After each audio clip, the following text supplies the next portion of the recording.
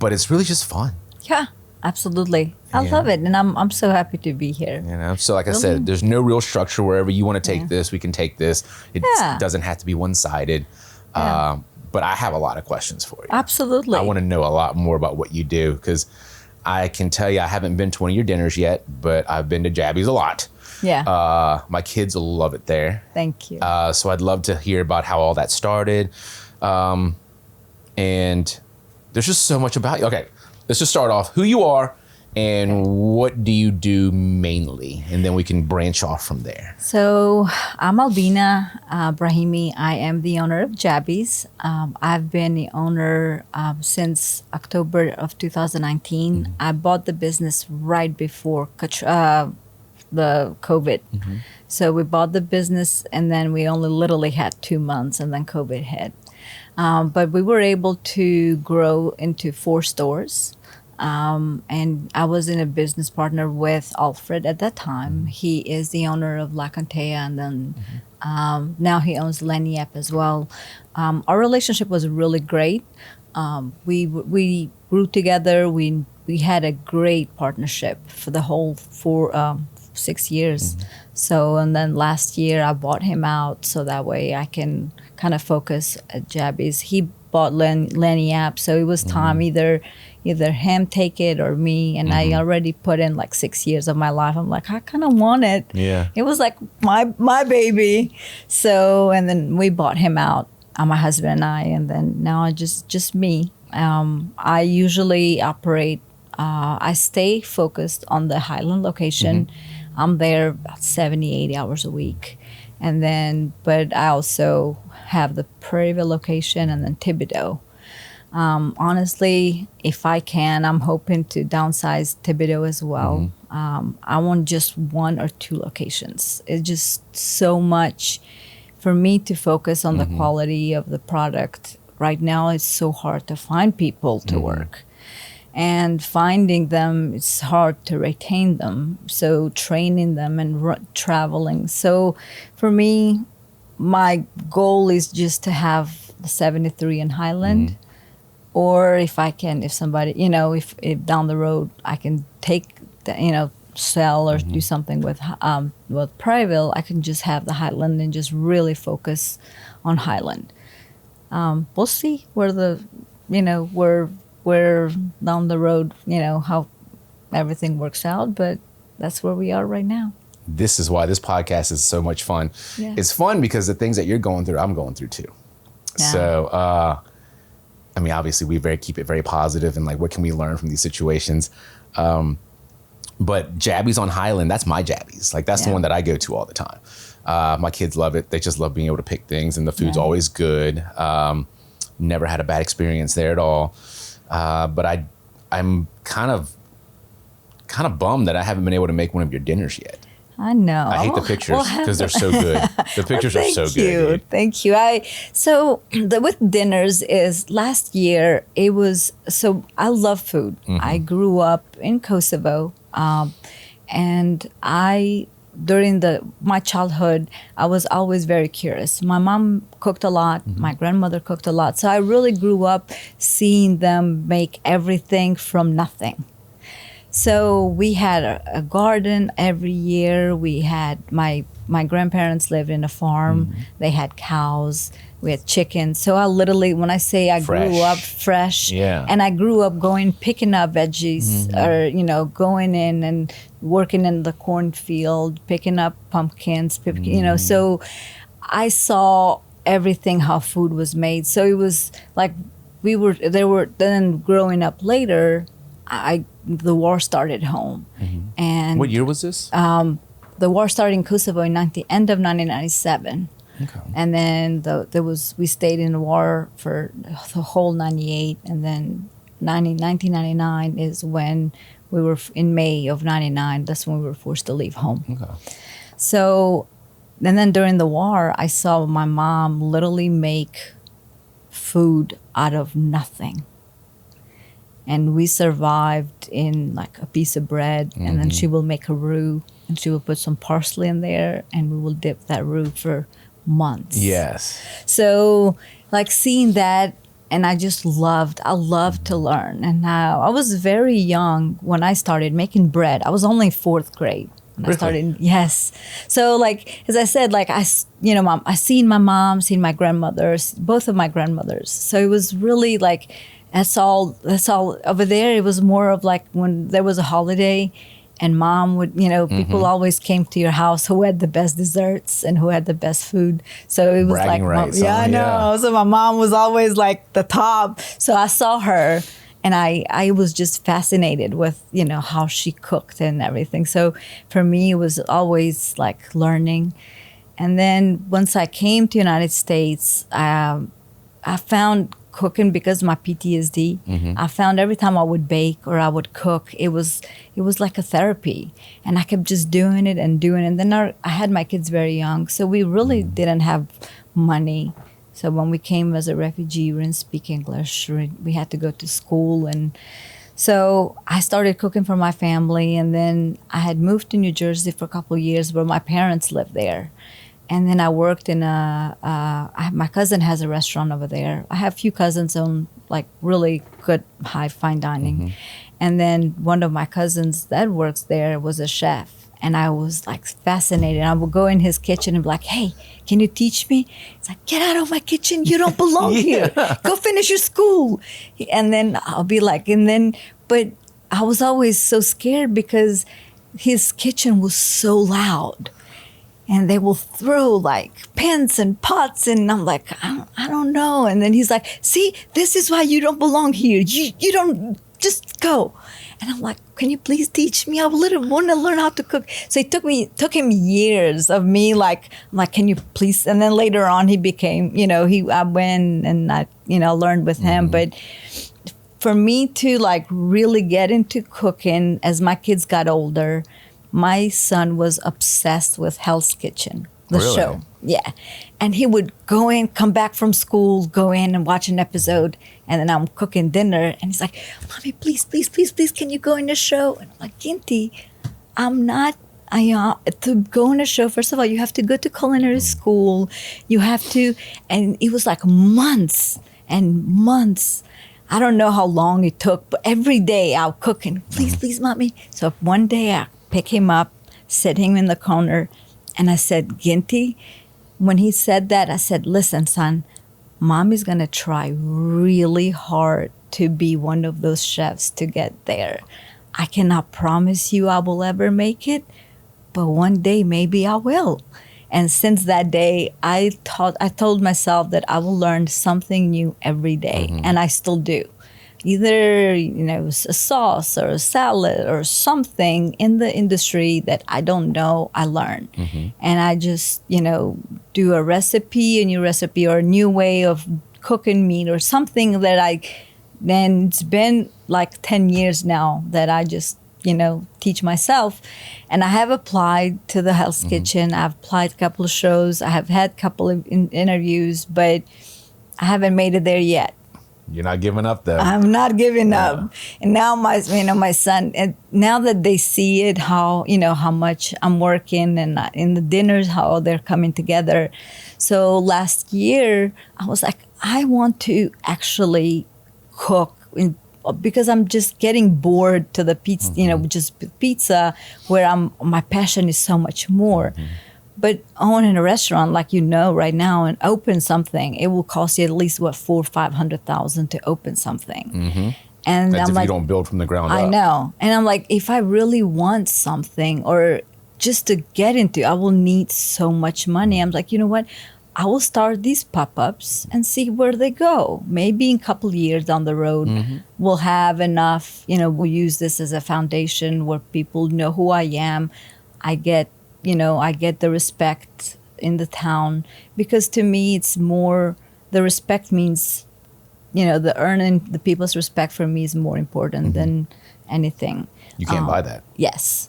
And so that's why now I'm doing these. So eventually later on, if I want to do something later, but this now with the economy as it is, it's just so hard to invest in a restaurant because the margins are so low.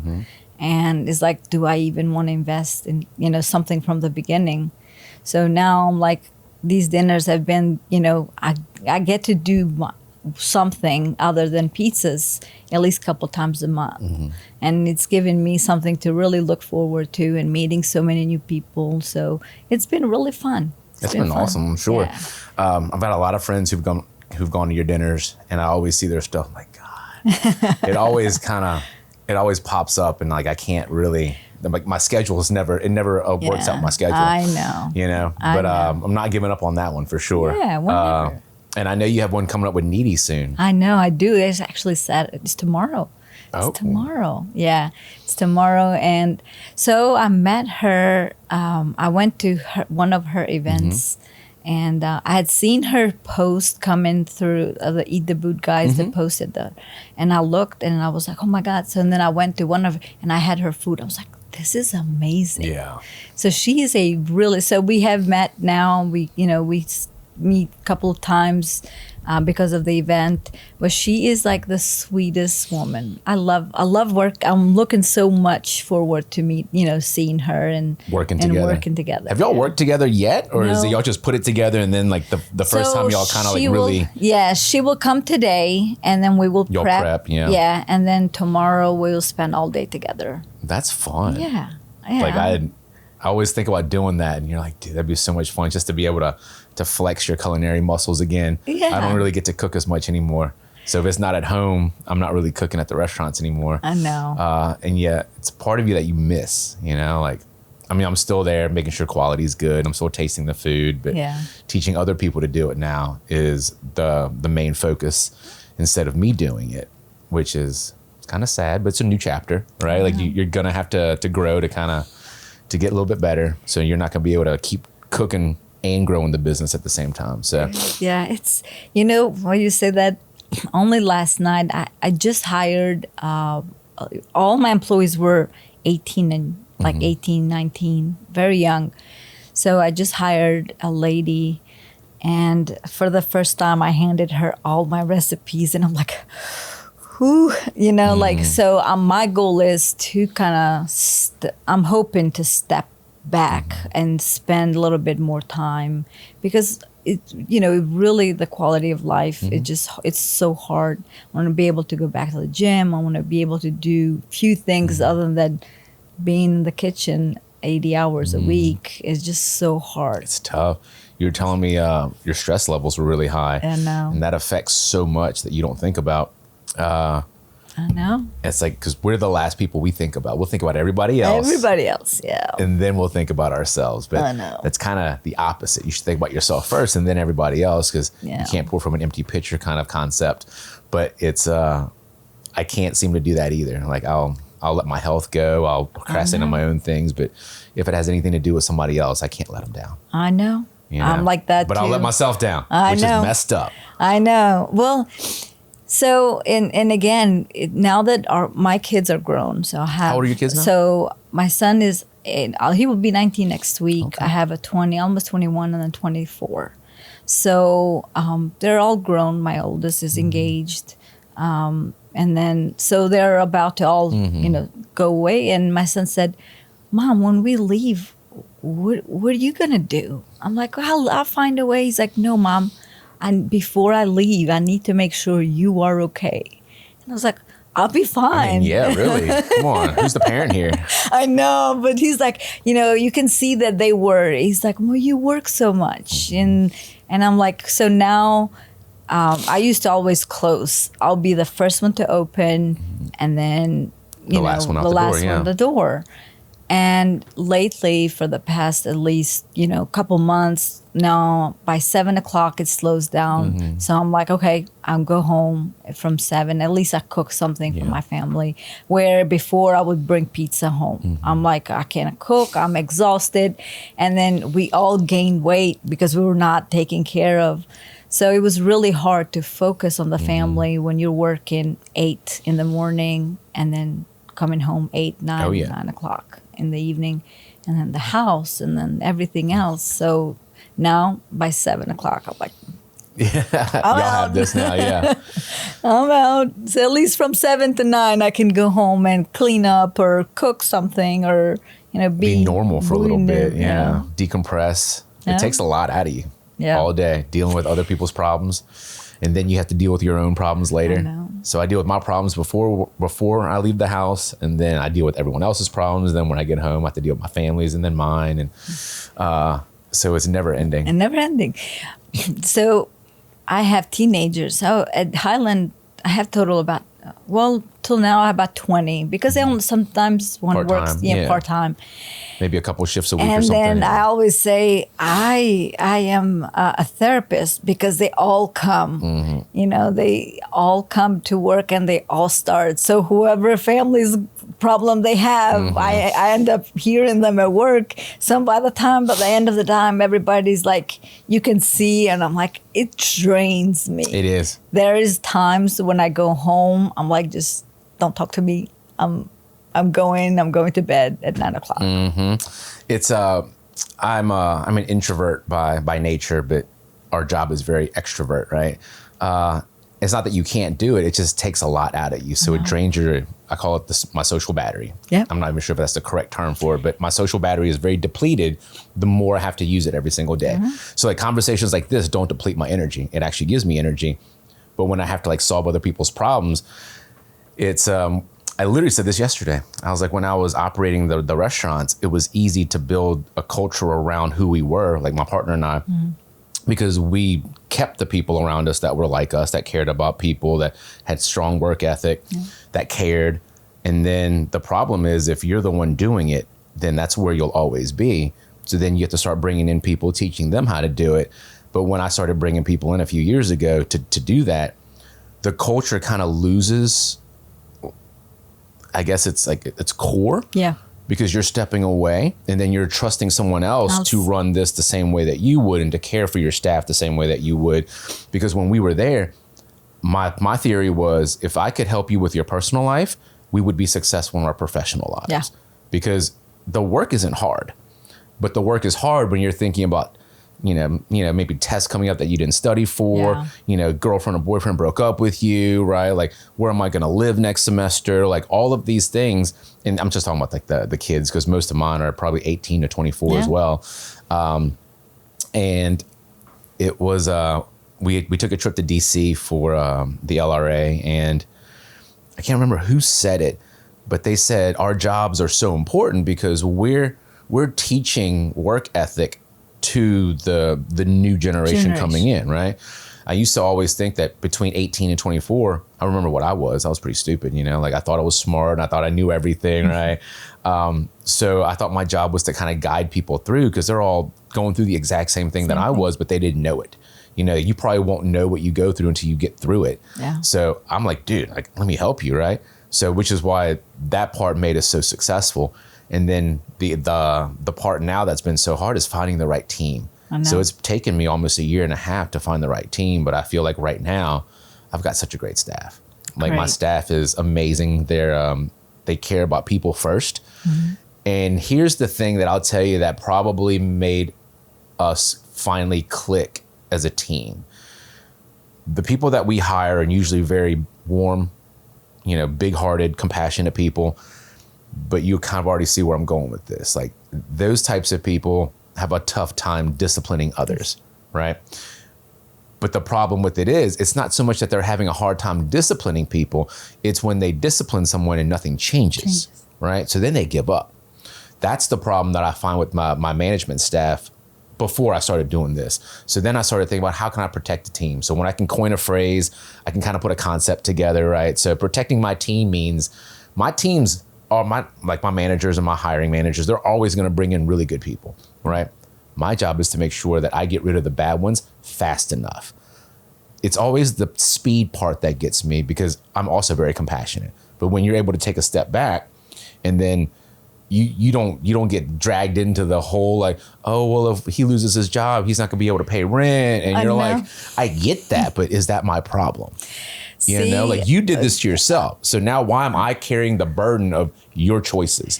I know that's my biggest problem, is letting people go. Like, and I really struggle.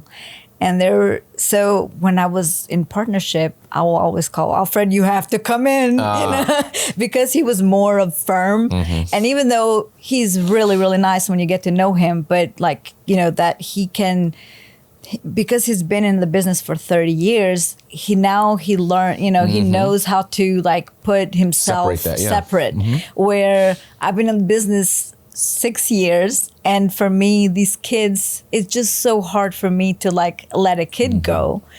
And then I drag, so I need to learn how to like, if it doesn't work and if I don't see it isn't a fit, to let them go. But from like, I give them a little bit more time. And then I feel bad to let them go. And then I'm like, I can see that the rest of the team is like, well, he's not pulling up this weight. So that's where I am struggling. That's where everyone's struggling. I know. By the way. It's so hard. And especially lately where, with the economy, there's everyone's not got a much sob story right now. Yeah. You're like, I understand, but I'm not the one that didn't show up to work on time. I'm not the one that keeps calling in. I'm not the one doing my side work, right? Like, I'm not the one doing these things. I know. So the first theory, concept, mindset, whatever you want to call it, that helped me with this was, by the time you get fired, you fired yourself. So now it's not on me anymore, because I've done everything that I can to help you, because that is my flaw, actually. That's my biggest problem that I need to work with. And I said in a manager meeting, I was like, I know it's not possible, but what is like an objective amount of time to give someone before you say, hey, you're not a good fit here? Because there's a feeling that I have that I can act on, right? So if I know that you don't care, especially if you lied to me, I already know we're not a good fit, right? If you don't have the same core values as me, we're not a good fit. We're not going to work well together. I don't care how good you are. You might be the best grilled cook I've ever seen, but we're not going to work together, right? Because we're not a good fit. We're all trying to find our own tribe, and my tribe's not for everyone. But when you try to, and that's the part that was killing me for the last 5 years probably, is when you're in a business like ours, we're in the hospitality business. It's everyone, right? So you treat everyone the same. You love everyone, right? But when you have to manage people, you can't apply that same mentality to your staff, because when you do, those people don't work well together. I know. High performers and low performers, they don't work well together, right? Like, they're going to want to kind of gravitate to somewhere in the middle. So then you have people who are like unfulfilled because they're not working hard enough and they're not reaching their potential. And then you've got people who are getting paid to like not do their work. And then like, it doesn't work out, right? So objectively, I literally asked this question out loud. I was like, I know there's no answer, but like 4 weeks, 6 weeks? Because I'm trying to help my management team here, as in like, when is enough enough? I thought last week, I was like, I'm going to stick to 4 weeks. I'm going to give them 4 weeks. And in 4 weeks, I have one I just hired, and he, like, after 4 weeks, you tell him, he just looks at you and like doesn't even process just like. Is it an attitude thing, or is it a capacity thing? Like, he's just not good, able to do it? I think it's a capacity. Like, that's when I struggle the most. If it's a capacity, then like I can't, myself, like my heart would, if I see somebody struggling, like, with capacity, it's hard for me to even make that decision, because I'm like, what if? But then I try to tell them, listen, this is a very high-paced environment. I need somebody to work. Maybe it's something like, push them where, go look something, that it will be slower for you and you be happier instead of you stressing. Because once they stress and then they start making mistakes, and then we start, messing up our product, and then we have to remake it, and that's a loss for me. Then we start to slow down. Everybody kind of has to throttle back. Yep. So that's when I'm like, you know what? I tell them, I start giving them hints. I'm like, hey, maybe this is not for you. Like, being in a good, not I don't want to push them, tell them, oh, you can't do this job, because I don't want to really break their hopes. But being like, maybe this is not for you. Maybe you can go into like a coffee shop or something. So like giving them hints like, hey, you might not be able to stay here for long. this is such a complex topic right now. Everyone thinks they're great at everything. Nobody wants to ask for help. Everybody is going to tell you they got it until they don't have it. And then they'll make excuses and then they don't take accountability for it. What's really helped me out is I talk about happiness, belonging a lot, and maybe this isn't for the right people. And since joining the LRA, it's been a lot easier to kind of place people, right? So being a part of like any organization, really, especially very close-knit restaurant people, it's you can have the conversation that goes something like, are you happy here?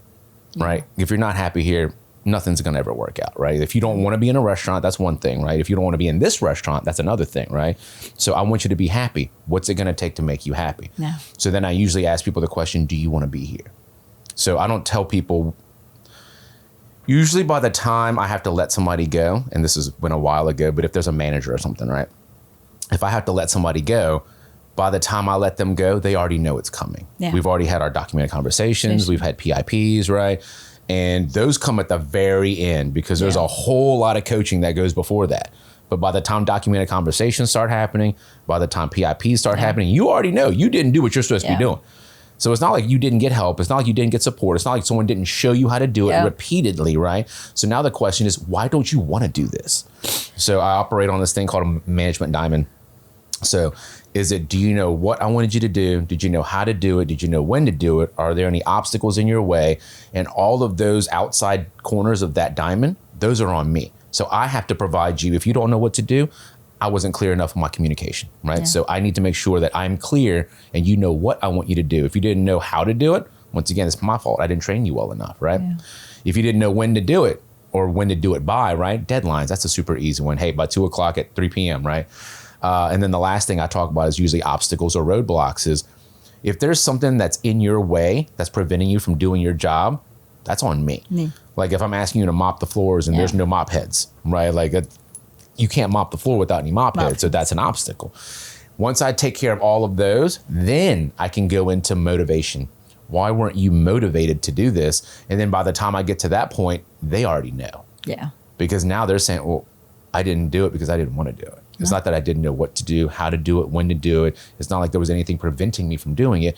I just didn't do it.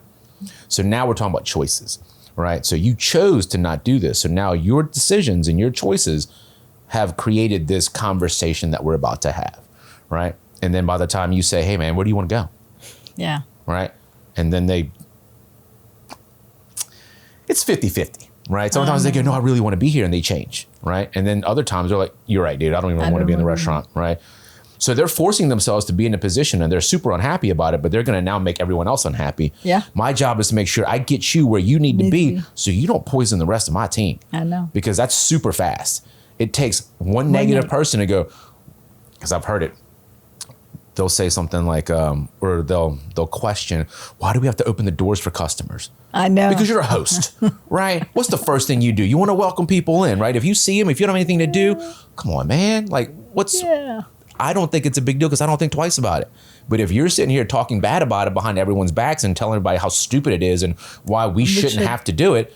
I said something the other day. I was like, my business has been open for almost as long as some of my staff members have been alive. So I've been, this might be year 16 and most of my staff is 18 to 24, right? So I'm not going to let an 18-year-old come in and tell me how to run my business when you can't even like keep your bank account above zero. Yeah. You know what I mean? Like, don't tell me how to budget something when you don't know how to budget something. Don't tell me what to do because you saw it on TikTok. Yeah. Right? Everyone says they know what to do, but you give them the opportunity to do it and they can't do it. How many people have offered to run your social media and you go, what are you doing, dude? Oh, because you think you can post pictures of yourself at the beach? Like you think all of a sudden you're a social media manager? Yeah. You know? I'm struggling with social media because I have tried some people, the younger ones. And then right now I'm just doing them myself when I have time. But I need it's a full-time job. I know.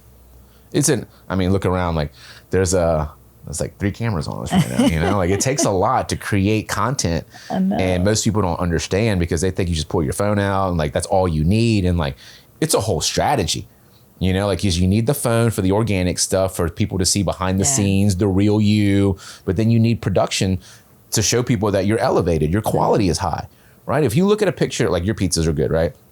But imagine if you looked at your pizza and the colors were all off and it was like dark and like ugly shadows everywhere. It doesn't look appealing no matter how good it tastes. Yeah. So what we have to end up doing is learn how to do it ourselves, which is how this production company came about. Because when we first started, I didn't have any money. I started by myself with my partner. Liquidated 401ks, and we took all of our savings and opened up businesses that we had no business opening up. Fast forward 15, 16 years, it was a good decision. In the moment, there's a lot of doubt, right? Yeah. But now, the reason why this all started, because we were making money. I was like, I'm not going to pay $500 for a photographer for 10 images. And this was 10, 15 years ago, right? So it was expensive then for good, high quality images, because I didn't understand. I understood. I just couldn't justify the value. Okay. Yeah. I understood you needed to have high quality photos. I understood that you needed to eat with your eyes, but I couldn't justify it. My menu's like 50, 60 items. I know. You're talking $3,000 every time you photo shoot like a DoorDash or a new menu release, right? So I couldn't afford that. But I could afford the best camera, the best lenses. And I did all of that, and I bought them, and my images were nasty. Like I was like, there's something wrong with my camera, returned it, bought a new one. Still I was like, oh, it's me. It's like, I didn't know how to use the equipment. So for 3 years, it took me at least 3 years before I was proud of one picture that we posted. And then after that, it's just skill. Like it's once you can see it in your head and like what light does, and like it gets a little bit easy. It's the same thing with everything. It's not that you can't do it. It's just that you've never done it before. I know. So you're unfamiliar with something, and it's not that you can't, you just haven't done it. Yeah. Right. So, but it takes a long time to get to that level of an actual professional. The reason why you pay them so much money is because now you don't have to spend 3 years learning. You get it right away. You don't have to like sit there and bang your head against the desk. You don't have to sit there and buy the newest MacBook. Like you don't have to do any of those things, right? You just say, here's however much it is. I can't even tell you because I don't do photography. But here's however much money it is. Just give me the images, right? So I can post them so I can make money, right? But if you're trying to do everything yourself, which I tend to do, it slows you down more than speeds you up. Yeah. But in hindsight, I'm glad I did it, because now everything revolves around media, and I'm able to produce quickly. Yeah. And aside from that, I really enjoy it. It's instead of being creative with my food, now I get to be creative with my content. And now I want to combine the two, which is why you'll start to see me on camera more cooking food, because I wasn't able to do that. So there's 3 things that we focused on: admin stuff, paperwork, checklist, stuff like that, which then lends itself to operations, how the food, the quality, speed of service, all of those things. And then top line. So top line is what we call the fun things, the LTOs, the new drinks, right? The spring rollout, like all of those things are top line things for us. But you can't focus on top line if your admin stuff is out of order or your operations is out of whack. Mm-hmm. It just won't work. Like if you can't make the burger on the menu, what makes you think you can make the burger of the month? Yeah. Right. So most people didn't understand that. And I had to really throttle back for a couple of years about putting anything new out, because we couldn't maintain what we had. My recipes are good. We've won best burger, 13, 14, 15 years in a row, right? Like we're constantly winning because our product is good. But the problem is I can't always guarantee my product is 100% consistent, right?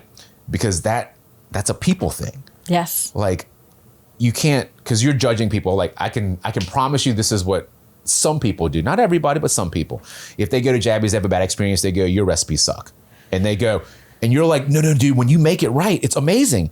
But when you have a 18-year-old person who's coming in, who's probably stoned out of their mind, who probably grabbed the wrong ingredient or put the wrong proportions in, undercooked the burger, whatever it is, right? And then now whoever just ate it, they don't know any of these things. They just think your stuff sucks, right? And that's the part that gets to me so much is our food is amazing when you have the right people making it.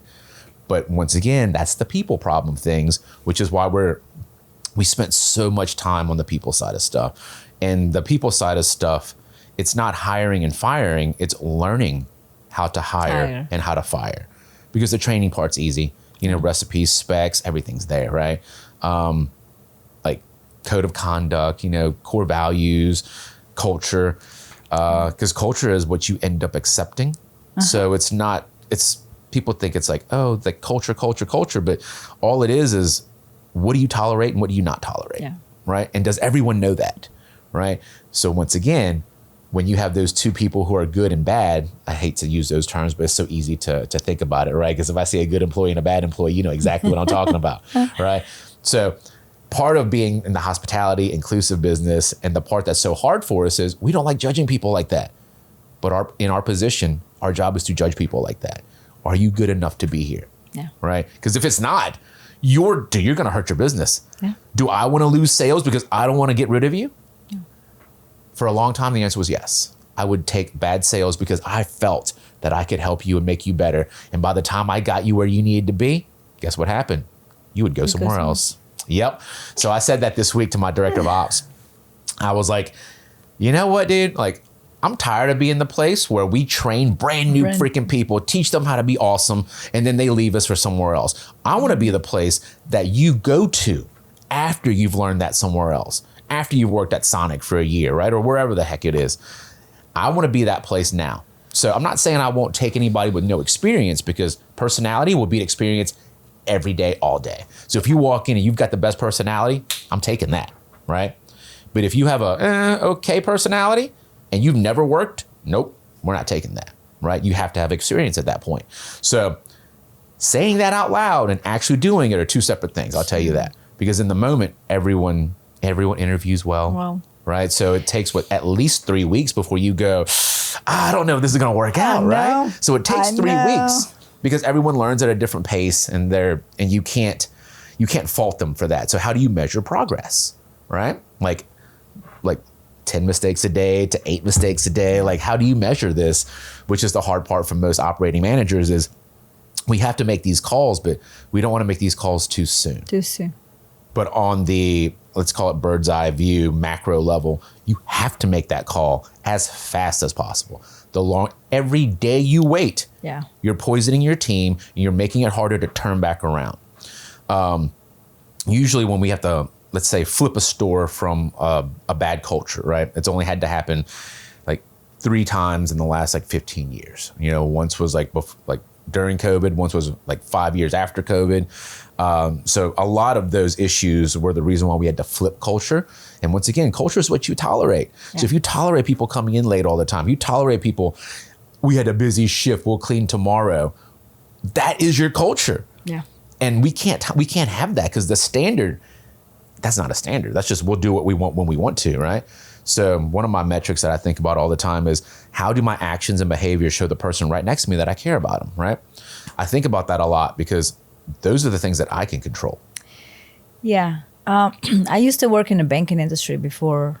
Before you went back to or into. Yes. So I started off as a teller, and then I was a banker, and I was an assistant branch manager. And then towards the end, I was just going into the management.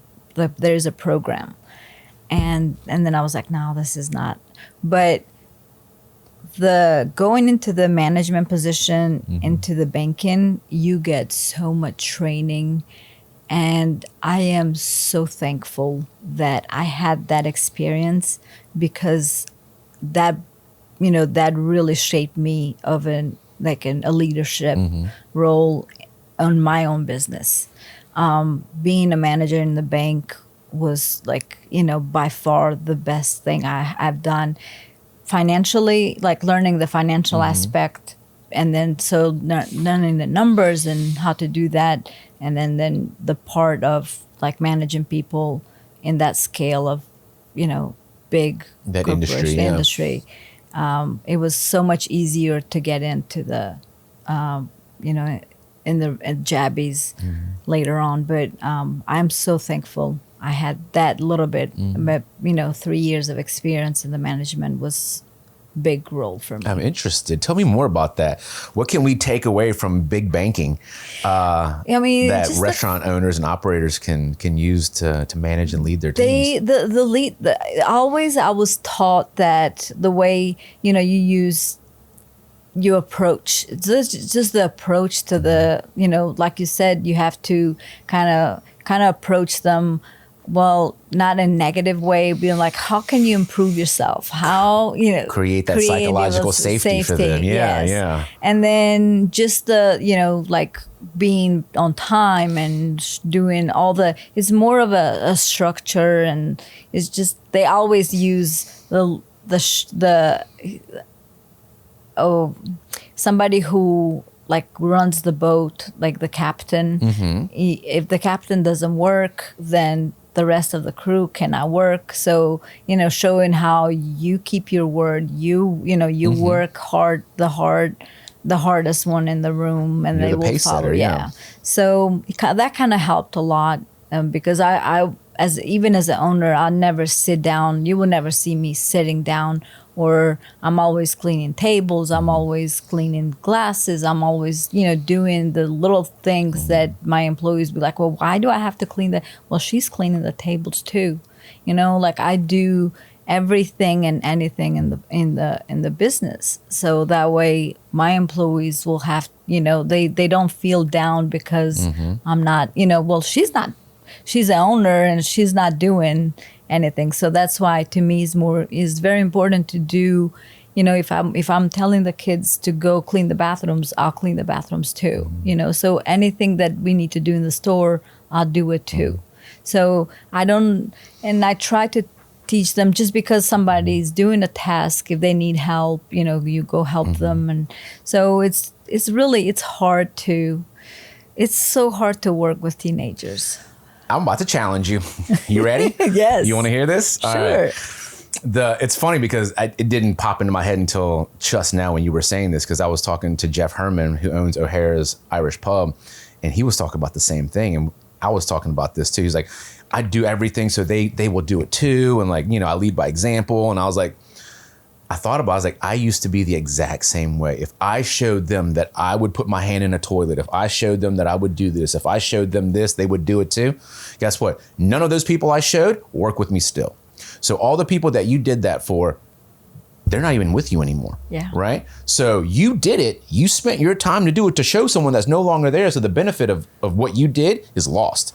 So think about that when I start to say this is, at the beginning, you have to do everything. Yeah. Right? When you start your own business, you have to do everything until you start to build the right team. And that's the toughest part. You can't grow without the right people around you. And finding the right people, as we all know, has been extremely difficult, because they're not as many of them anymore. Yeah. And the ones that are out there are already with good people. Right? So once you find a good relationship, most people tend to stay. So this was probably about 2 or 3 years ago when I had to make that shift to where I wouldn't jump in to help.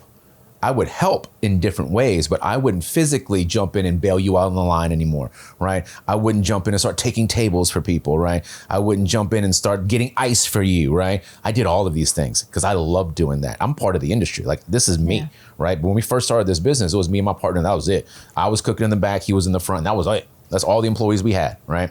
So we come from a background of working extremely hard.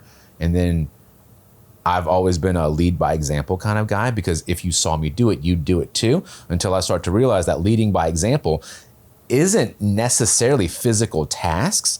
It's how I manage the ship as a captain, right? So I don't have to be the one that refills ice anymore, right?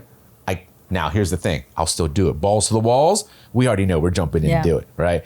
But if you ask me and you're not, dude, no, what? Go get ice. That's your job, right? Like you're gonna have to put people, and I hate to say it the way that I'm about to say it, but you have to put them in their place. Yeah. Right? Like, you're the owner.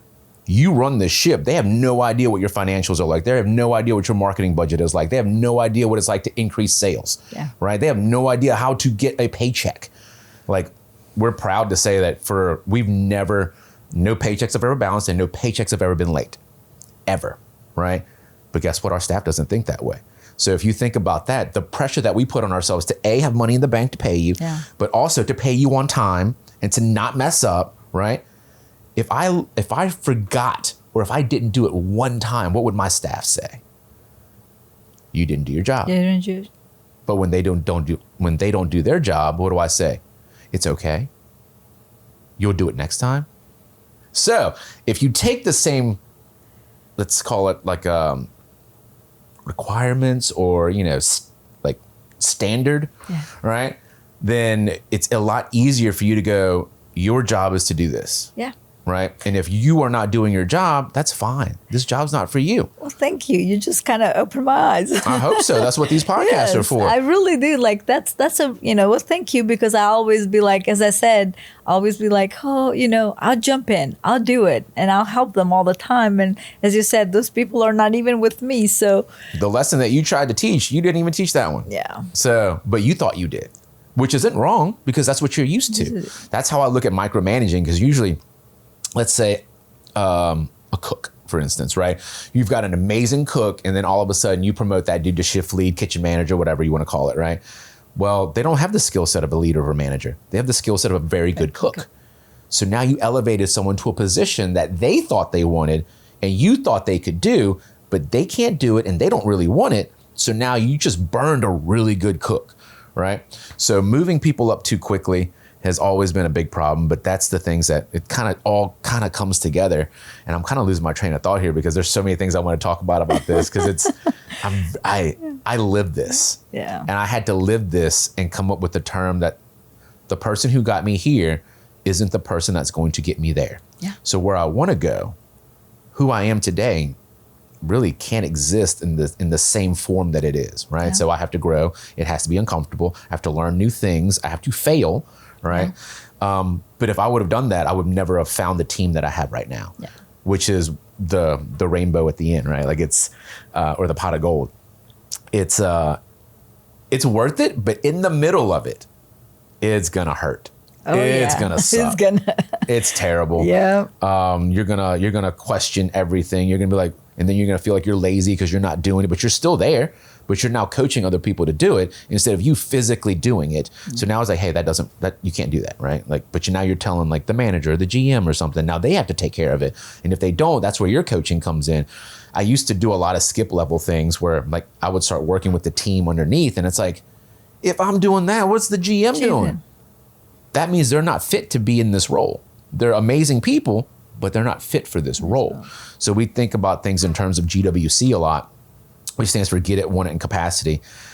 In order for you to have a position and to really to thrive in it, you have to have all three of those. So if you don't get the job, if you don't understand what a GM does, you'll never be able to do it, right? Yeah. If you don't want to be a GM, it'll never work. And if you don't have the capacity to be a GM, that doesn't work either. Mm-hmm. I can tell you how to change like brakes on a car, right? I can probably not do it, but I've seen enough videos. So understanding how something works, wanting it, those are kind of easy. A lot of the times that trip people up is, are you able to do it? Yeah. So if you're not able to manage people, if you're not able to get sales, if you're not able to maintain cleanliness, you're not the right fit for this position, right? We can put you somewhere else. Yeah. So I've had to start thinking about things, because once again, the inclusive thing, and you want to help everybody, is you don't have to be a terrible human being to get fired. Right? You can just not be good and get fired. Because most of the time people determine whether or not someone gets terminated on their character. Well, he's a good guy. Yeah. Like he's not a piece of shit, right? I know. But that doesn't mean he belongs here. I agree. Piece of shit who's slow and doesn't come into work and who, like, let's be honest, like, you don't fit here. I agree. You might be a super nice guy, might be really fun to have a beer with, but this is not the right position for you, right? And when you can start thinking about like people's strengths and their weaknesses, the next part is telling them. So I have a saying, it's feedback is a gift because you don't have to give it. You can just keep your mouth quiet. Like if your food's bad, I don't have to tell you. I just stop coming back, right? So feedback, when someone gives it to you, it's amazing. It's going to sting. It's going to suck. It's going to hurt a lot. Yes. Your feelings will get crushed, right? But without that, how do you grow? How do you know? I always say feedback is the way I grow. Mm-hmm. Because if I don't know, exactly, how do I grow? So always, I love feedback. I love feedback, especially from our clients, from, like anyone that I can, get criticism is the one thing that I take it very seriously, and I really like try to listen what people try to say, because that's how I grow. There's like, no matter what, there's always like a kernel of truth in there. So that's where you grow. Yeah. All the things that they got wrong, we don't focus on that. Yeah. All that does is just make you feel better about like when you want to get defensive, right? But if you look at the, you're right, like I could have added more salt to it, or yeah, you're right, the bathroom was dirty today, right? Like you can fix it, but if you don't admit that something was wrong, you'll never fix it. You'll never want to fix it. You'll never actually fix it. So I have honestly, I'm very lucky because we've been in business for a while. So we've got a lot of loyal guests, a lot of people that are now friends, and they'll tell me straight up. And at the first time you ever get criticism from somebody, usually goes like this: "Hey man, I didn't want to say anything, you know," and you're like, "Dude, just say it. You're not gonna hurt my feelings. I can promise you that." Yeah. I was like, "Tell me anything and everything," right? It could be something that's like personal to you, like a pet peeve. It could be anything, but tell me so we know, right? Because if you thought this, I can promise you someone else thought this. But we always assume that everyone's just like us, and they like the same things, and they dislike the same things, and they're okay with the same things, and they're really not. They just won't say anything. They just don't come back. So the more you tell me about something, the more I'm able to fix it, and the more I'm able to show you that I care. Yeah. Because once you show care, that's it. I agree. So tell me more about the menu for tomorrow, because I saw it online this morning. Yeah. And I'm upset that I'm not going to get to eat it.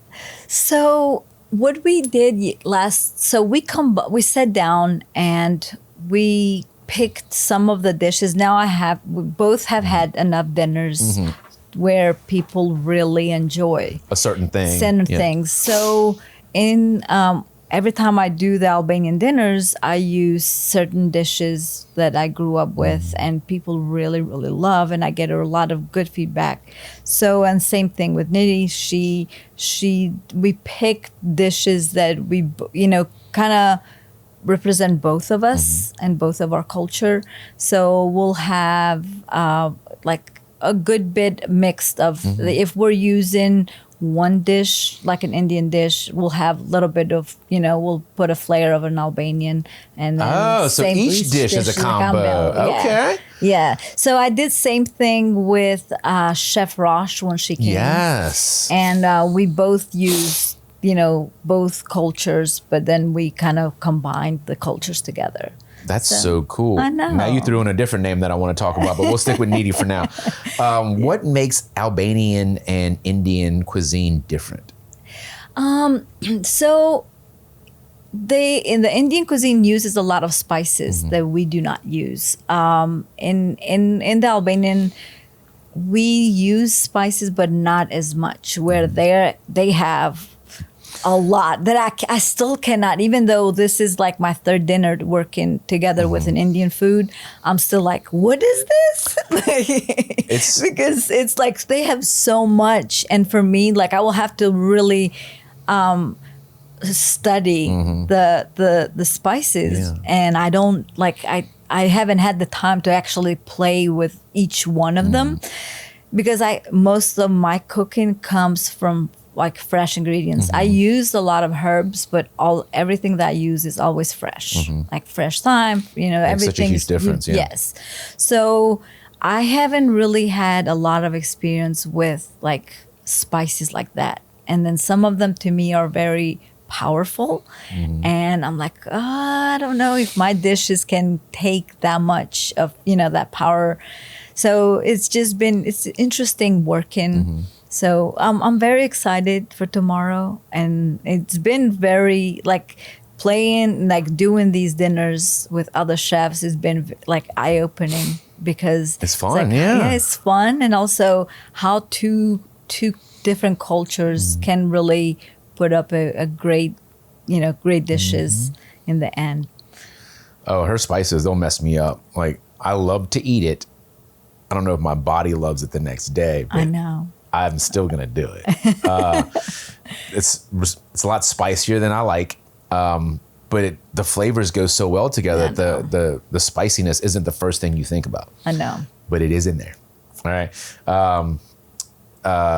I like when Rick will pair a bunch of like cocktails. He makes me some good cocktails. I know he does. When I went and I'm trying not to drink alcohol, but I had some alcohol with, when I went to their events, and he can do some really great drinks. He infuses a lot of things, and they all just taste good. And you're like, and I love the stories behind everything. That's why probably one of the reasons why I love dinners like this is for the storytelling side of it. Yes, absolutely. And all the time, especially when I'm doing an Albanian dinner, I always pick dishes that I have stories with my, growing up. Something that means something to you. Yeah, something that means to me.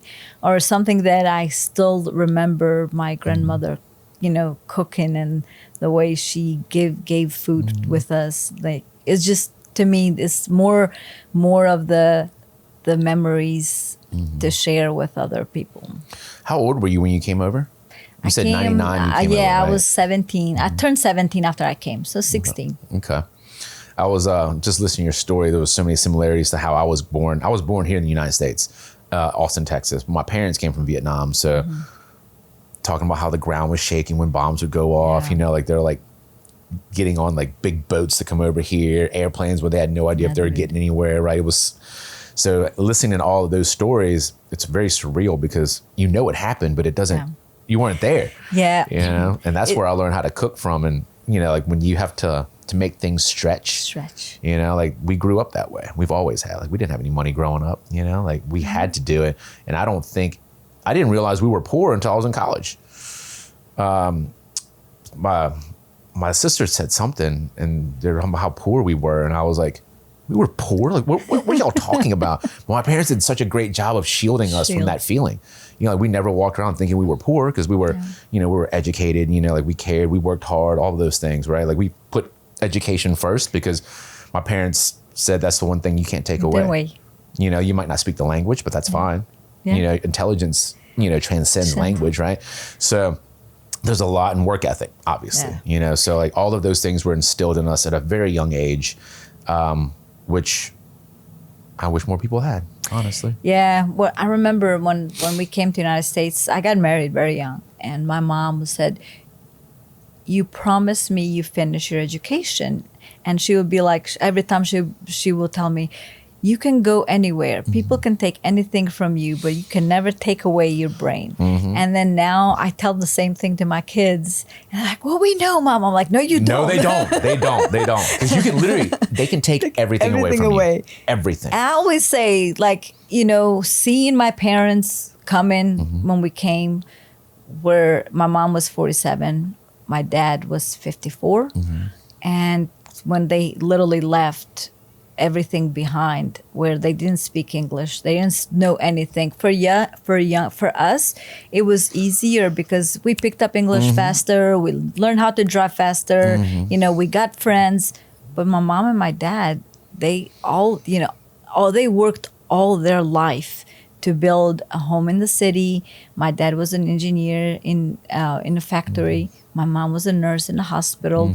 Their life was like trying to raise us, educate us, just like your parents. And then come here, late 40s and 50s, where you have, like, where are you going to go? What are you going to do? You cannot be an engineer in the United States. You cannot be a nurse in the United States. So my mom was babysitting. She was, sewing clothes. She was cleaning homes. I cleaned homes with my mom. And, we just did everything. And then I cleaned homes by myself. I was cleaning. I was cooking. I was doing stuff. I was a maid on the weekend. And then, all of it. Yeah. All of it. Just that's where our work ethic comes from. I think so. Maybe this is where this comes from, is like our willingness to do anything and everything. Because to us, that's not a big deal. Yeah. Right. It's just, it's a luxury, to be honest, to be able to clean a toilet. Like you might not even have a toilet. Not that I never had a toilet. I've always had a toilet. But speaking from my parents' perspective, like I'll never understand what they had to go through. That feeling, because like my dad was an attorney in Vietnam. Yeah. Came from an affluent family. Like things were good for them over there, right?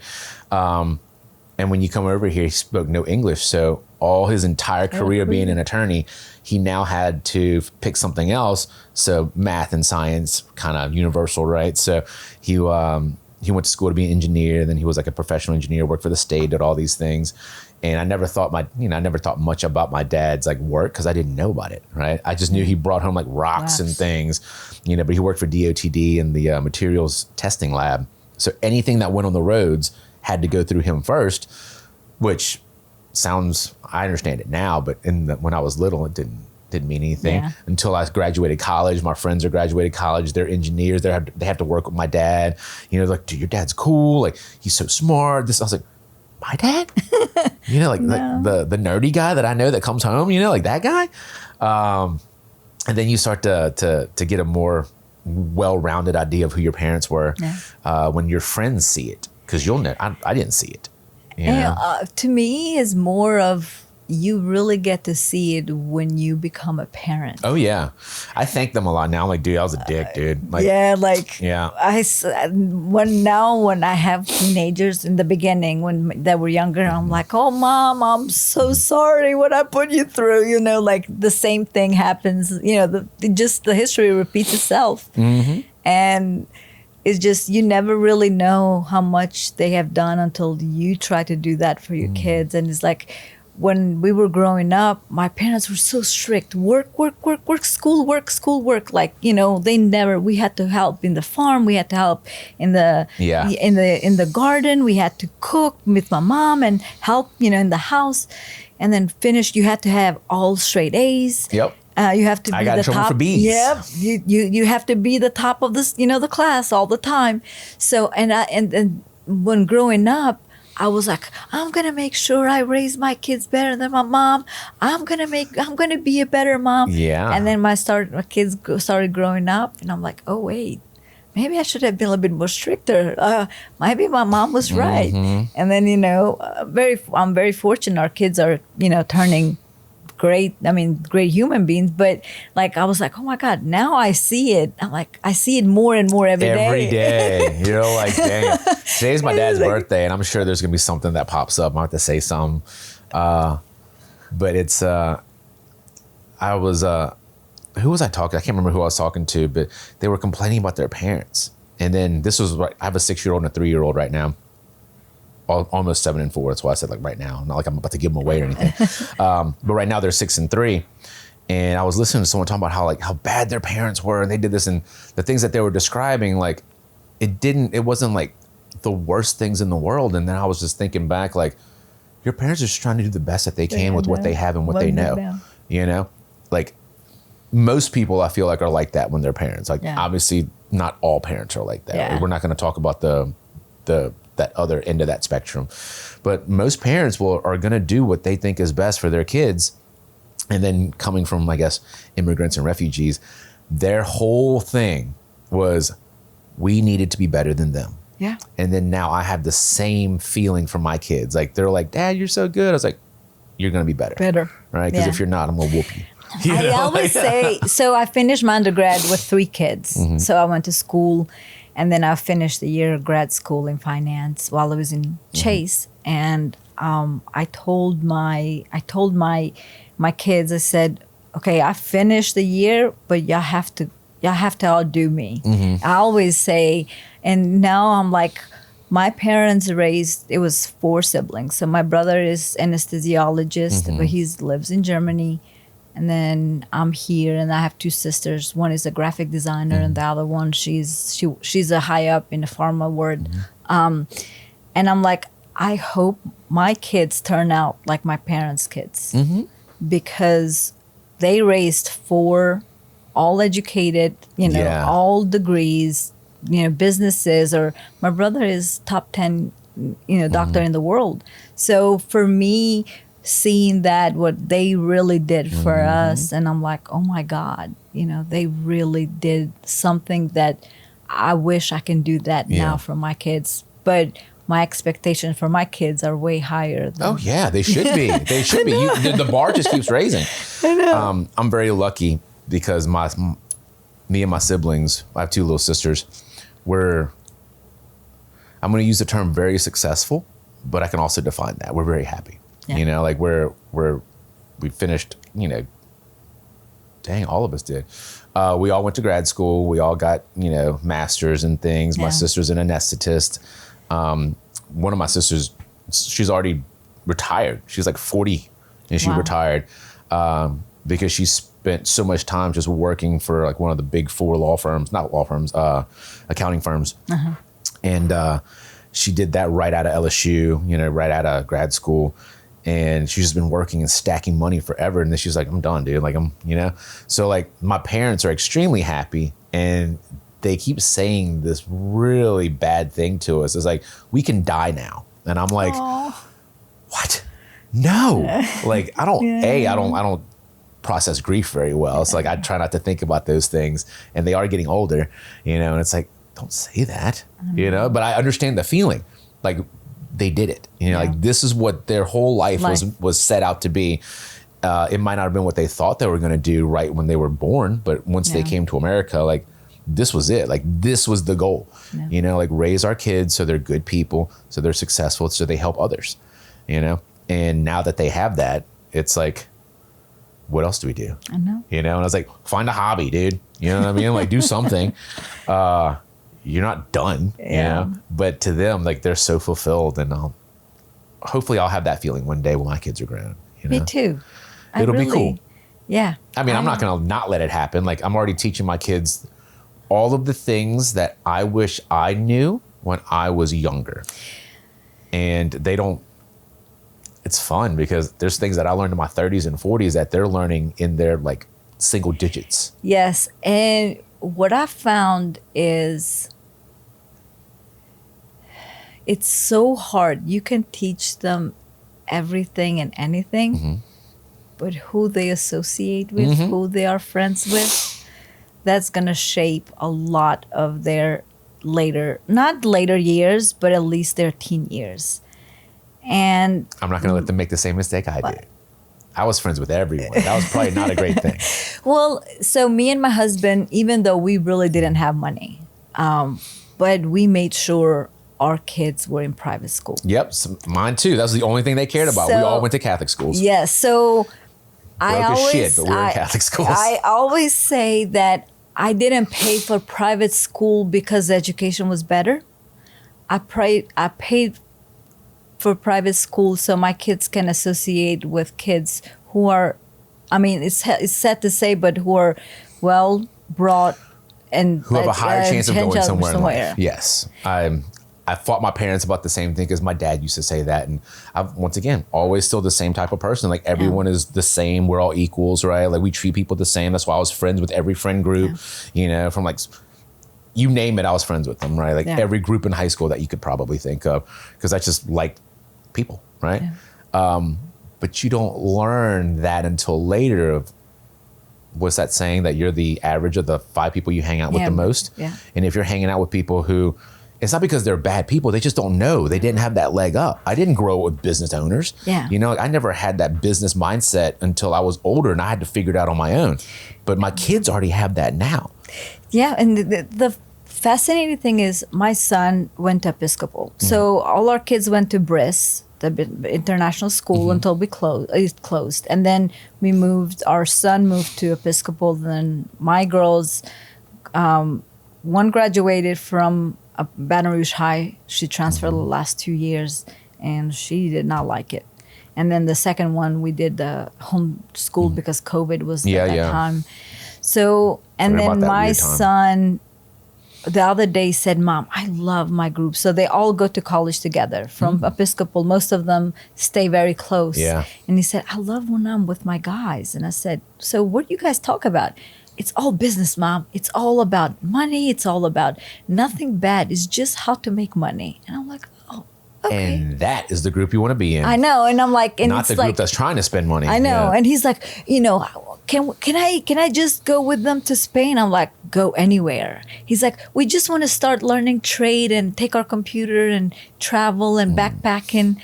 And then I'm like, oh, yes, do that. And I want them to do and travel the most because that's how they're going to learn. It opens your eyes. You know, like you come back and like perspective changes. Yeah.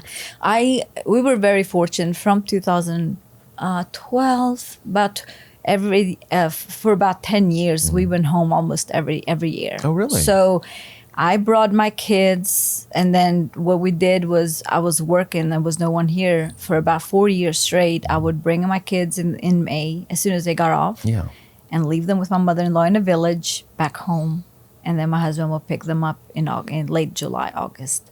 And how cool! I know, and they got to live a childhood that was similar to us. So they lived with the grandmother, and she cooked for them, and my sister-in-law took care of them. So I am so thankful for those years because they still talk about it. I'm jealous. I wish I would have had that same experience. There were times, I know, because they lived in the village. So when they would come back, they would be like jungle kids, like they would lose weight and get all dark and their hair. And I'm like, but then, like the memories that they had. And then what we did was, like, once they started getting older, I would ask them, hey, before we go home, we have 1 week. Where do you guys want to stop? So we started stopping in Europe. Oh, so nice.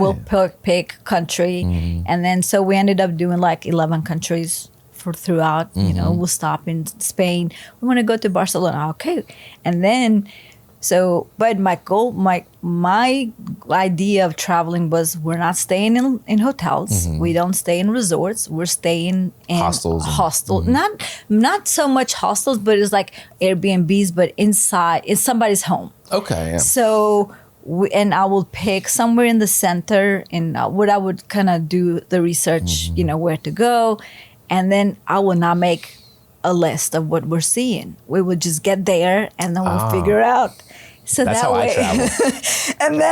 and they hated that. But my idea was like, you don't plan your life. We'll figure it out. You figure it out. So and then we go to Spain, and we're like, okay, so when you're there now, what do you guys want to do? What do y'all want to see? And then, do y'all have anything in mind? And then they hated that until now that they're older. They're like, oh. You get to see things other people don't. I know. And then they, you see them more and more because you learn that way. It's so hard when you're staying in resorts, like that is easy because you have everything in there, but you're not seeing the culture. And so I had told them one time I would never pay for Disney World. We would never go there.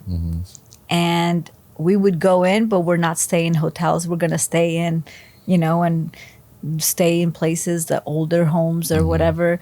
And it paid off. They really are very, they're very well-rounded, and they understand, and they're doing very well now. So I'm very happy I got to do that with them. I like that.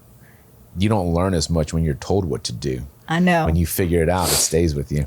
Yeah, we had, and when I tell you, we had gone through some like in every country we came up something, and we're like, we'll figure it out. So it's been, those are our best memories. Yeah. Those are the ones you remember. I know. Because it's something bad happened. I was having a conversation with my business partner about like vacations that we take and like how we don't remember everything. And like the worst vacations are the ones you remember the most. The most. Right. So you want something almost bad to happen, so you'll remember it more. Yeah. But in the moment, you're like, I can't believe this has happened. I can't believe my car got broken into like on the first day or whatever it is. Right. Yeah. But you would never remember that trip if that never happened. I know. You'd be like, did I go there? I think I did. I think it was fun. Yeah. You're like, that was when this happened. I know. Right? I know. So it's funny because I always tell my kids, so I make them take buses. I make them take trains. We're not traveling. When we're traveling, we're not traveling luxury. So because you're going to travel and live just like those people. And then there were times that the bus had no AC, and they're like, my oldest daughter, it's too hot. I'm like laughing, and they're like, it's funny to you. I'm like, yeah, I live all my life like this. This is even much better than I had when I was a kid. And then, or we stayed. At least there's a breeze today. I know. Yeah. And then one time in Milan, Italy, we stayed. I had gotten Airbnb, and that was really like a shithole. Like when I tell you, the bunk, like. And when we went to that, it was like you go in through like a big apartment, and then you go down like 12 floors through the stairs, and you drag your suitcases. And that was like I'm like, Michael, we got brought in. Is this a dungeon? Yeah. Are we gonna? And these kids were like, whenever they open, that's the first thing they talk about. How mom brought us to Milan and let us stay in a dungeon. It was like, those memories are the best. Those are the ones. That's why I don't mind when, when flights are delayed or something. You're like, dude, you'll remember this. I know. Because if there's nothing happened, you won't remember. I know. I was thinking about this the other day, and then I came across something that said this, but it was, most people go through their lives on autopilot. So you do the same thing every single day. You wake up, you get ready, you go to work, you drive the same route, right? You probably wear the same clothes. Your brain stops making memories because they're all the same. So your brain will only make memories whenever it's something new. So if nothing new happens, you forget large chunks of time. You're like, what did I do last year? Right? So all you remember is I worked last year. And that's not a good way to remember life. Yeah. Like, you're like, what did I do? Like, nobody wants to go through that way. Like, you won't be like, well, I did this, and this is how I felt, and this is what I did, and, all of these things. So I try to do new things now, so my brain will remember it. Yeah. Because if I just do the same thing every single day, my brain will stop recording, basically. I like that idea.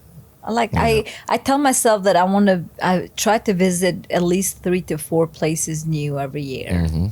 So that way I see more of the world. Lately it hasn't happened much because I'm always working. That's fine. Yeah, I get it. It goes through seasons.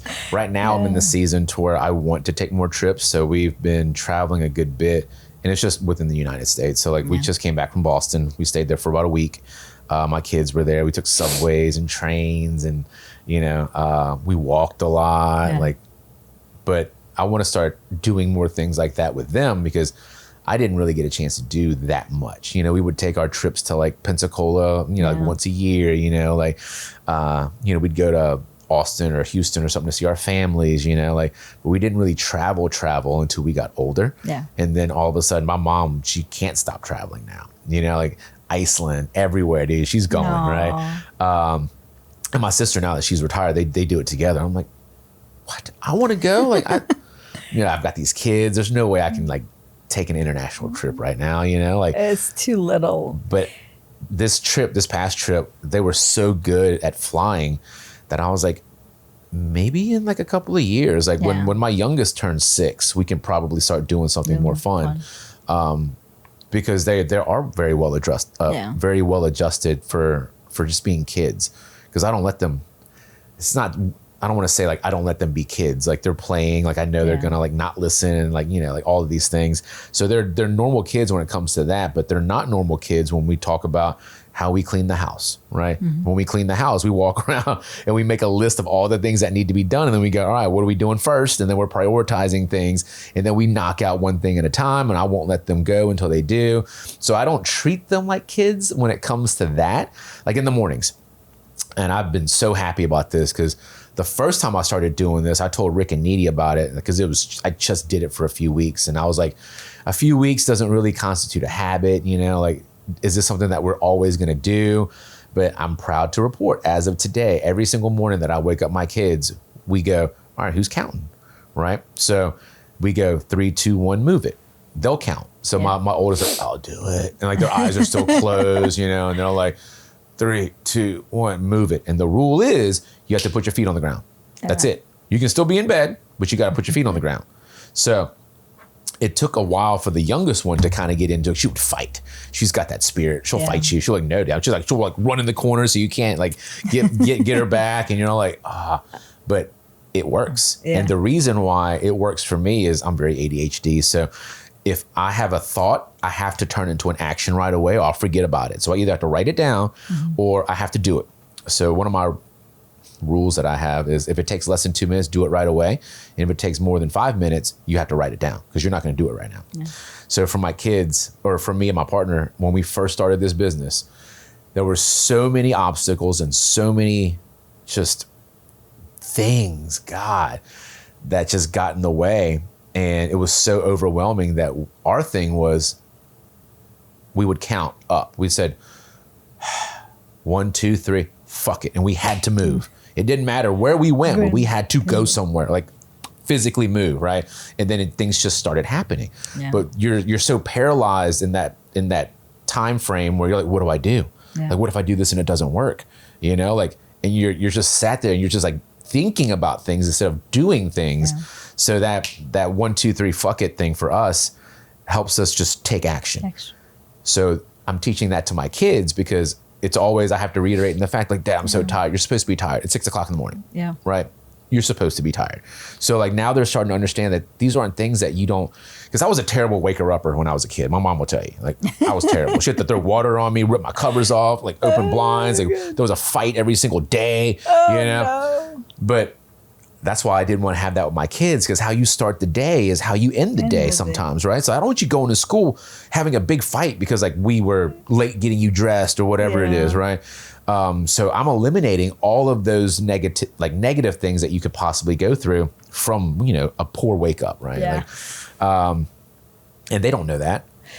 They will learn. They'll know. I tell them why I'm doing it, but they don't truly know. They're just doing it right now. Yeah. It's fine. Let them just do it. So that's what I'm most proud of right now is like, we have this like, let's not call it a trigger, but like a thing that sets us off, a catalyst. Yeah. Right. So I think that's going to be pretty good for them as they grow older. And then the people part of things I'm teaching them now because I just started learning that maybe 5 years ago. That's how old I was before I learned the lesson of I can't do everything by myself. Oh. I have to have the right people around me. I've always been very proud about not having to borrow money from anybody and not owing anybody. Like I love that feeling about me because growing up, we never wanted to owe anybody, you know, like, cause then you had to repay it. Right.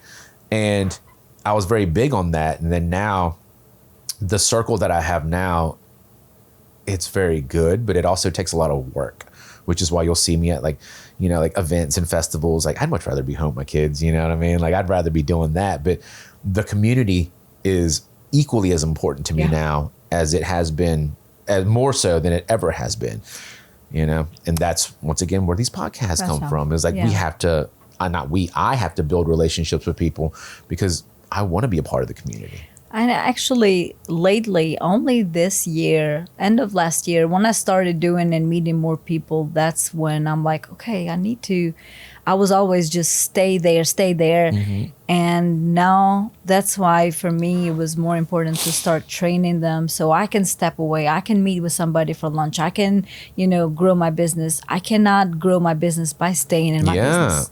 So you have to work on your business, not in your business. Yeah. So that's why for me now, it's like, you know, I'm trying to kind of, you know, put myself out there more and, you know, let people know who I am and how much I've worked or how hard I've worked to be here where I am today. So, you know, because people don't know.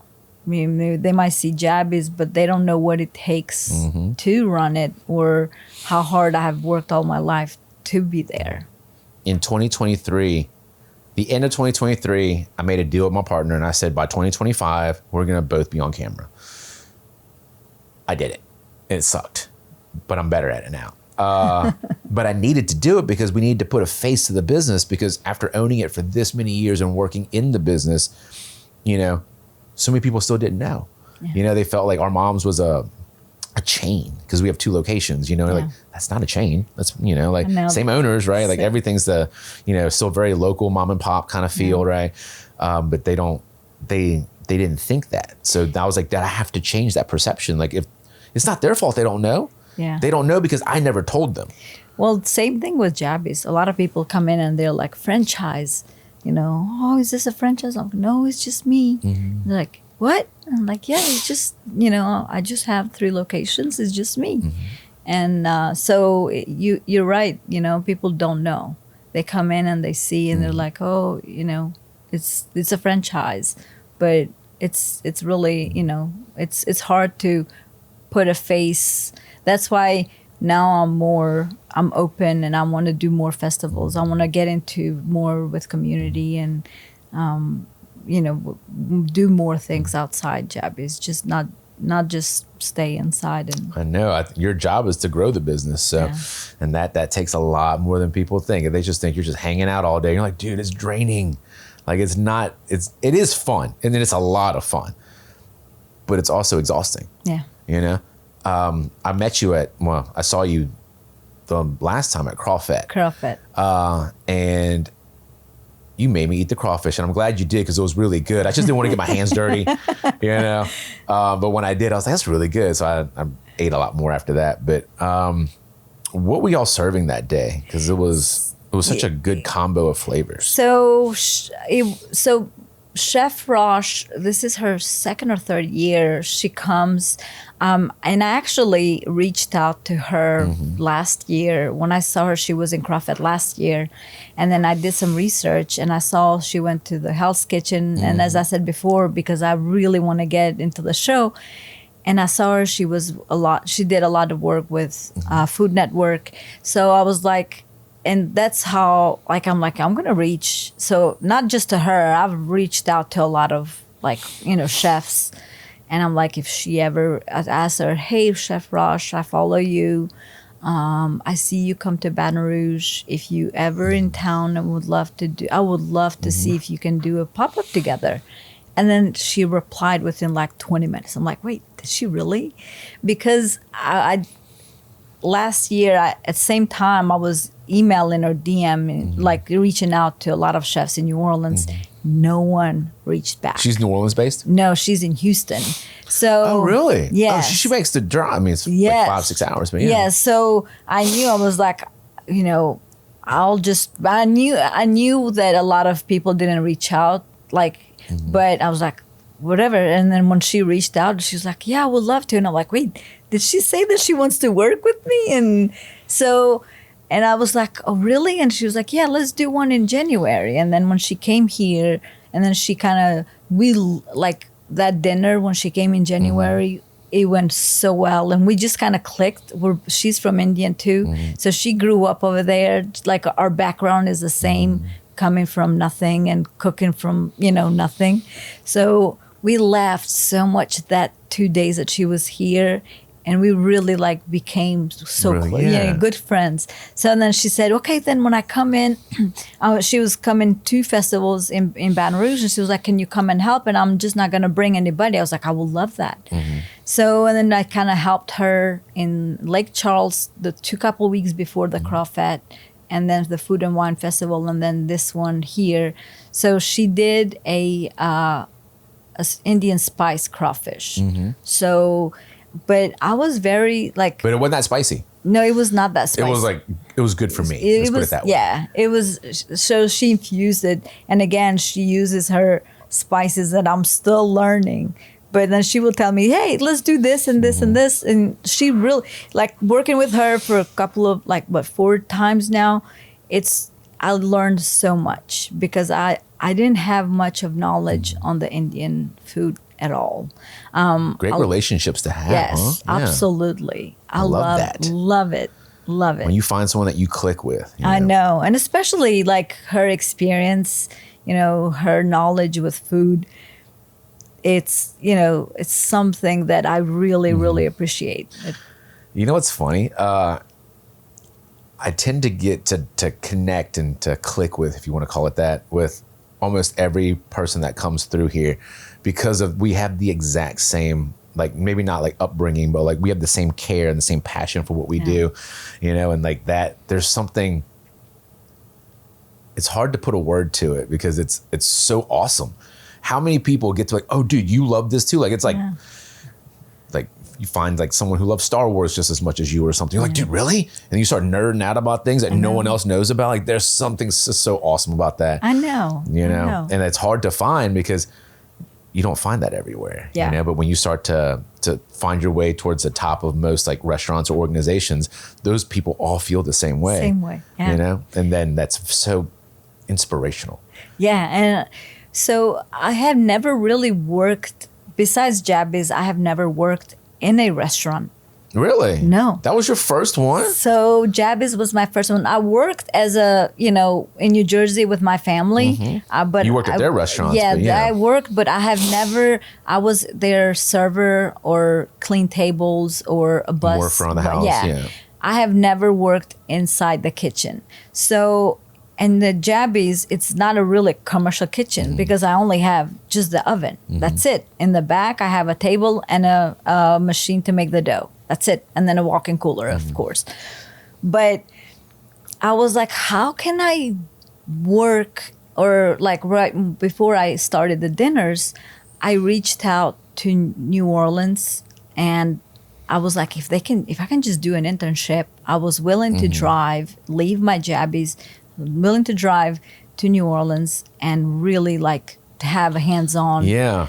So I reached out, I don't know, maybe 20 restaurants, like the fine dining. Out of all 20, only one replied. And then he even replied like a couple months later. The Tana Italian restaurant, Michael Golota, I had reached out to him and all I said is, hey, I'm looking to see if you do any internship. I would love to join. I didn't say I'm an owner. I didn't say anything. I'm not going in somebody's kitchen for recipes because now you can really find anything and everything. Yeah.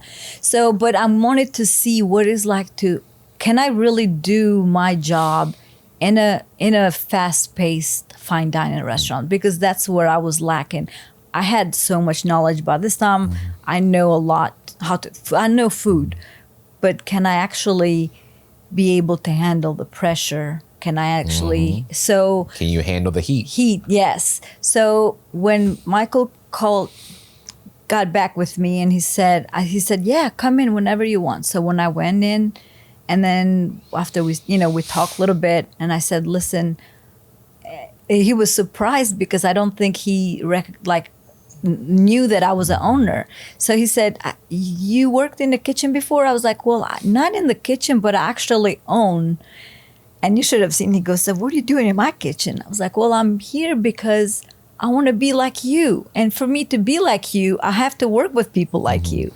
So, and I said, if you allow me, I'm not here for your recipes. I would love to just see how you run the kitchen.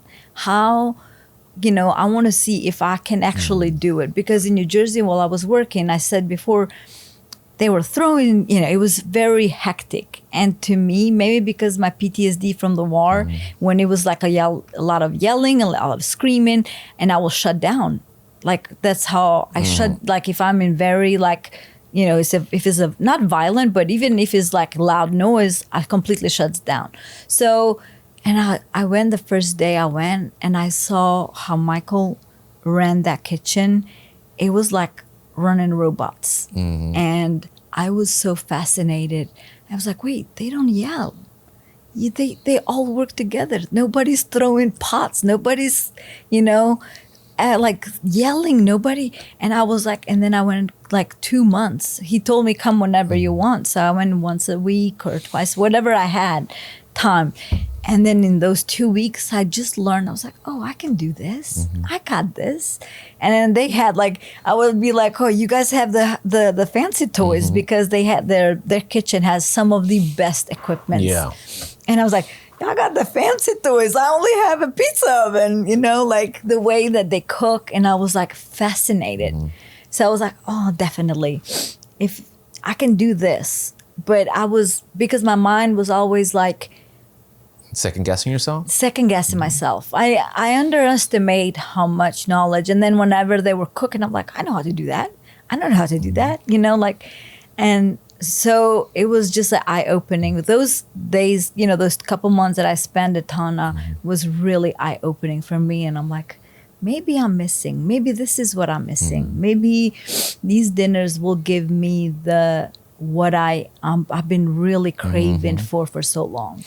I feel like we're very similar. We do things that scare us. So when you're not good at something, I do more of it. Podcasting, for instance, right? Being in front of the camera, right? If I'm not good at something or if something scares me still, the only way to get rid of that is to do more.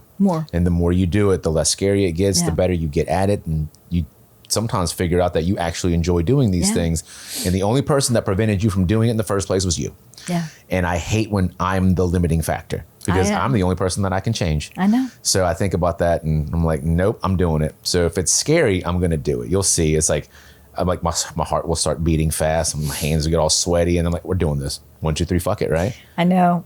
So for Valentine's Day, it's just I did a dinner and I put beef Wellington. Oh, you did knowing that I have the pizza oven at 700 degrees. I was like, I'm going to try to do that. And I only got 20 people. It was 24. And I did 14 beef Wellingtons, and I overcooked them a little bit. I mean, they were still good, but I was cooking them in high heat. So that dough burns fast. I know. Yeah, dang. I know. It's so flaky too. Like there's. So I was like, but I had to challenge myself. I was like, what if, if I don't challenge myself, I will never, because I had made it before, but I've only made it for my family, and I really wanted to make it again.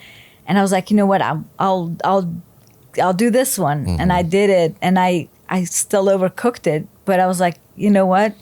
It's okay. I mean, everybody still liked it. It was just not very pink inside. It got a little bit, because I left it there a little bit longer.